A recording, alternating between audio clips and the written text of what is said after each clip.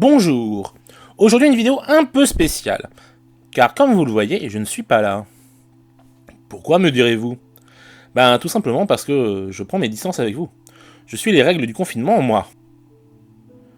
Bref, si j'ai décidé de vous faire cette vidéo, c'est parce qu'avec les cinémas fermés, je ne peux pas vous faire un 88 images par seconde sur les films sortis la semaine dernière, et je n'allais pas vous laisser là sans rien, à vous demander ce que vous allez bien pouvoir regarder devant votre plat de pâtes. C'est alors que je me suis dit, mais une vidéo de mon nouveau format avec le guide barbu, spécial Covid-19 aka coronavirus, pourrait être une bonne idée. Donc oui, dans cette vidéo, on va parler épidémie, catastrophe naturelle et fin du monde, car pourquoi rester positif lorsqu'on peut être pessimiste? Vous avez 2 heures.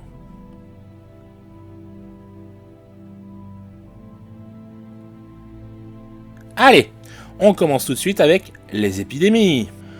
Lorsque l'on parle épidémie au cinéma, on pense tout de suite aux zombies et autres infectés. Dans ce genre, on retrouvera donc Contagion, dont tous les sites nous ont parlé ces derniers temps comme s'ils venaient de découvrir le Saint Graal. Alors oui, c'est un bon film sur le sujet et ça fait écho à notre situation actuelle, même si on reste dans un film hollywoodien. Après ça, on peut aussi parler du très bon Dernier Train pour Busan, dans lequel la Corée du Sud doit faire face à un virus inconnu qui se répand très rapidement et rend les gens agressifs. En gros, ça les transforme en zombies. En parlant de zombies, putain mais le gars, il est trop fort dans ses transitions. Si je ne devais vous en conseiller qu'un dans le genre, ce serait 28 jours plus tard. L'histoire se déroule à Londres, et là aussi on doit faire face à un virus qui s'est très vite répandu, mais au lieu d'être au début de l'épidémie, on en est à 4 semaines après, et un gars se réveille seul sur son lit d'hôpital. Alors je sais, vous allez me dire ça fait très The Walking Dead, mais pour vous dire la vérité, le premier comics est sorti 1 an après ce film, donc voilà, donc on se calme. Pour revenir à nos moutons, ici le virus a été transmis par la morsure d'un singe en labo.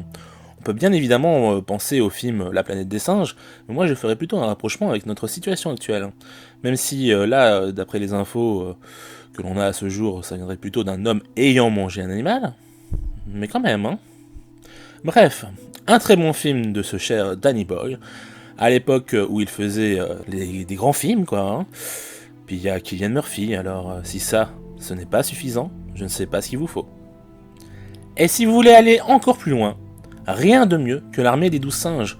Et oui, on y revient encore à ces foutus singes.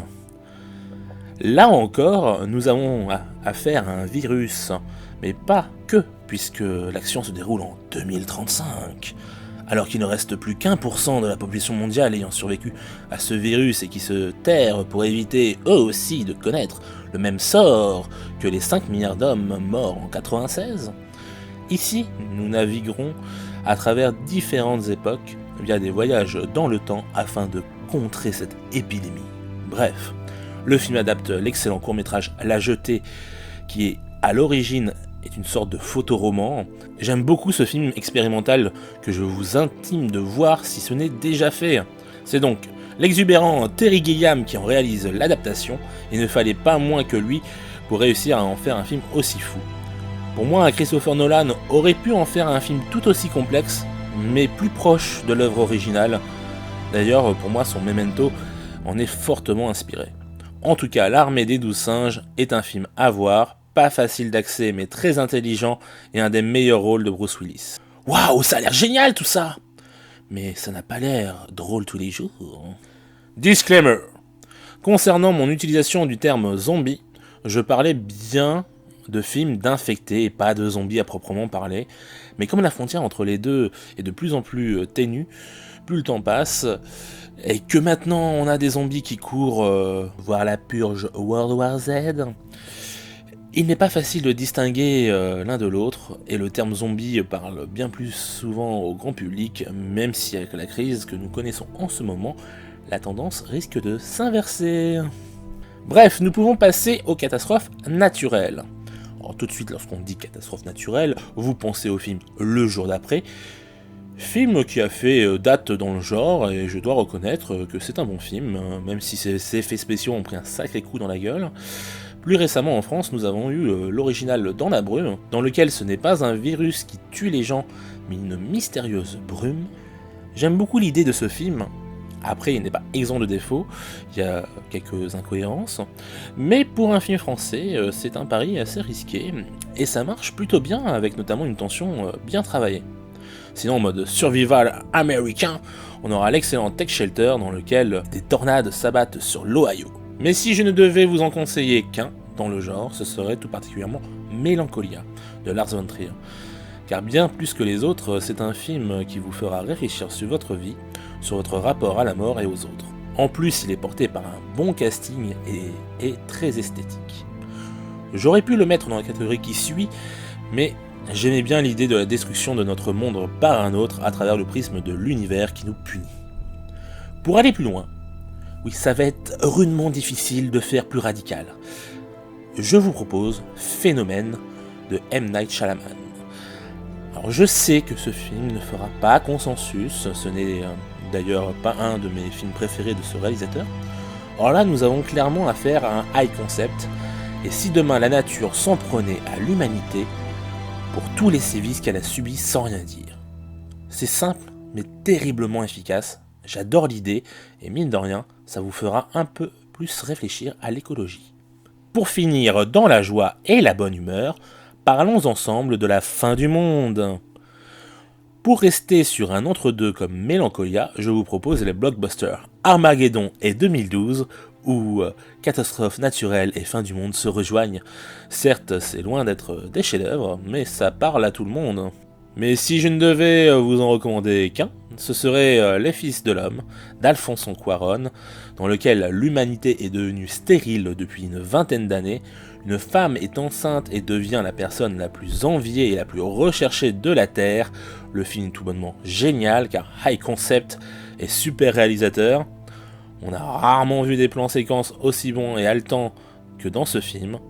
Mais si vous voulez aller encore plus loin, je vous propose la renaissance des dragons avec Le Règne du Feu, où à la suite de la découverte d'une cavité lors d'un forage, l'on réveille un dragon mâle qui en très peu de temps va réussir à trouver où sont cachés les dragons et leurs œufs afin de se reproduire, tout en se nourrissant de nos chères petites têtes blondes.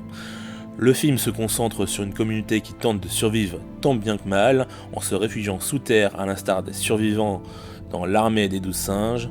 Comme quoi, dans certaines situations, des schémas se répètent. On est dans un monde post-apocalyptique dans lequel les dragons sont très bien inscrits. Ils ont réussi à rendre la chose crédible, et rien que pour ça, je leur tire mon chapeau. Puis le film ne vieillit pas tant que ça, alors qu'il date de 2002, donc bravo. J'espère que ce petit tour dans ces films pleins d'espoir vous ont redonné le goût de vivre, et que vous profiterez du temps qu'il vous reste en confinement pour en visionner quelques-uns.